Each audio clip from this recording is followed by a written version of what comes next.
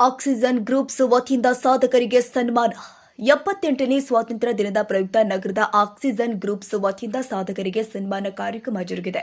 ಕ್ಷೇತ್ರದಲ್ಲಿ ಸಮಾಜಮುಖಿ ಕಾರ್ಯದಲ್ಲಿ ತೊಡಗಿ ಹಾಗೂ ಜನರ ಹಿತಕ್ಕಾಗಿ ಕಾರ್ಯನಿರ್ವಹಿಸುವಂತವರನ್ನ ಗುರುತಿಸಿ ಪ್ರತಿ ಹಬ್ಬದ ಆಚರಣೆಯಲ್ಲಿ ಅವರನ್ನು ಸನ್ಮಾನಿಸಿ ಗೌರವಿಸುತ್ತಾ ಬರುತ್ತಿರುವ ಕಂಪ್ಲಿ ಚಪ್ಪರದಹಳ್ಳಿ ನಗರದ ಆಕ್ಸಿಜನ್ ಗ್ರೂಪ್ಸ್ ಈ ಬಾರಿ 4 ಜನರ ಸಾಧನೆಯನ್ನ ಗುರುತಿಸಿ ಇಂದು ಸನ್ಮಾನಿಸಲಾಗಿದೆ.